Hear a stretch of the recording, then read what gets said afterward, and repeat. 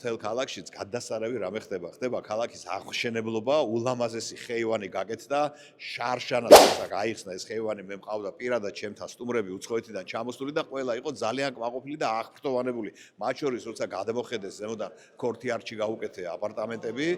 იქ უქირავე მე აპარტამენტები და იქიდან რომ გადმოხედეს ქალაქს გაგიჟდნენ რა. დუბაიში ცხოვრობთო ესე მithres 99% ჩამოსული ტურისტების ქალაქი მოწონს ქალაქი ღებულობს ტურისტულ ოსკარს და დაანებეთ ახლა ერთი ტუალეტი თუ არ მუშაობს რაღაც მიზეზი იქნება და გაარკვიეთ მერიაში ბატონ თენგიზ საპირფარეშო არა მე რამდენიმე